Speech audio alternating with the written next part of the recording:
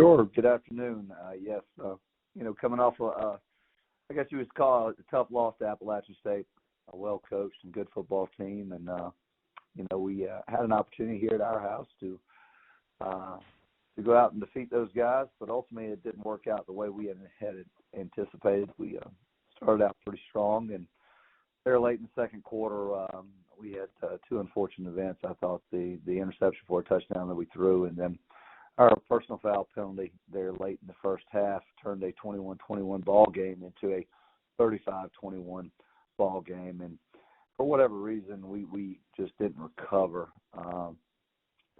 emotionally for some reason. We still came out and played hard. I think defensively stopped them on their first two possessions of the second half. And Dan Elliott, our quarterback, did everything in his power to keep us on track offensively, and it just it wasn't enough. It was a good, hard-fought game, and I guess, like I said, a well-coached, good football team, and we learned a lot from ourselves. We've got a really good football team. We've got a football team that really cares for one another and plays with great heart and great effort, and we're looking forward to getting right back on track and hosting what I see as a much improved South Alabama team coming in here. I think they're building some confidence. And should be a good contest, 2 o'clock Eastern time in our city, in our house. All right, Coach, thank you very much. Our first questions come from Stan Autry with the Atlanta Journal-Constitution. Please go ahead, Stan. Hey, Shawn. Good morning. Hey, Stan. How are you? Oh, living the life, buddy. Let me ask you about Dan. I mean, he had a great recovery last week, and I saw where he came to you and said he could play, and you checked with his dad, and it just worked out great. What's his status now? Did he survive okay? And he looked pretty good playing on one knee. Yeah. That young man is just remarkable. He has no ill effects from the game. I think we had one bad snap that I actually cringed a little bit because I knew he had to drive off at least one of those legs, and I was hoping it wasn't that left knee of his, or the right knee, I should say. But no, he's about like he was last week.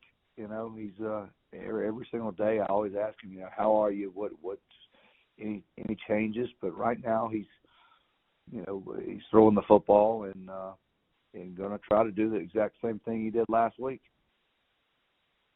Was he limited at all in what you were able to call for him or ask him? Yeah, Dan certainly was limited. I mean, Dan was averaging, 50, 60 yards a contest, explosive runner.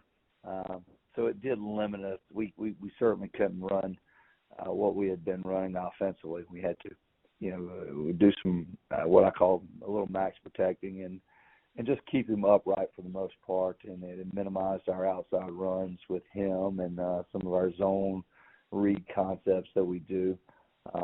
That certainly hampered us offensively. We certainly would have wished he could have run a little bit and done some things, but he was out there playing on just sheer guts and trying to will himself and our football team to get a win against a great Appalachian State team. And for the most part, I think he did is an unbelievable job. His stats won't tell it, but emotionally for our football team, he was he gave us a lot of inspiration.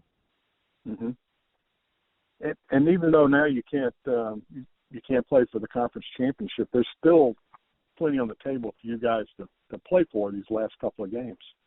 Oh man, are you kidding me? I mean, there's never been 7 regular season wins at right. Georgia State, and that would set a standard here for us.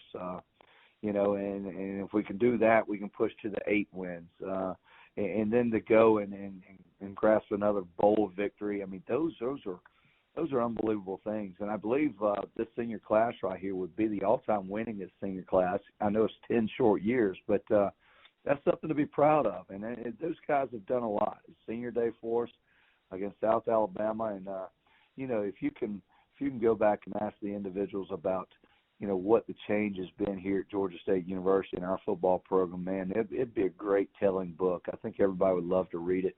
So we certainly do have a lot to play for. We've got a lot of pride in what we're doing and how we're trying to build this program. So we're certainly still excited, as we always are, to go out and play these last few contests. All right, and it's you said it's senior week, so the senior day, so that'll be another emotional day for you guys. Yeah, it will. It will. And like I said, these guys have been through so much. I mean, for what they've seen, and there's been a coaching change, and just going from playing in the old dome, and now they're playing in the Georgia State Stadium, our new facilities.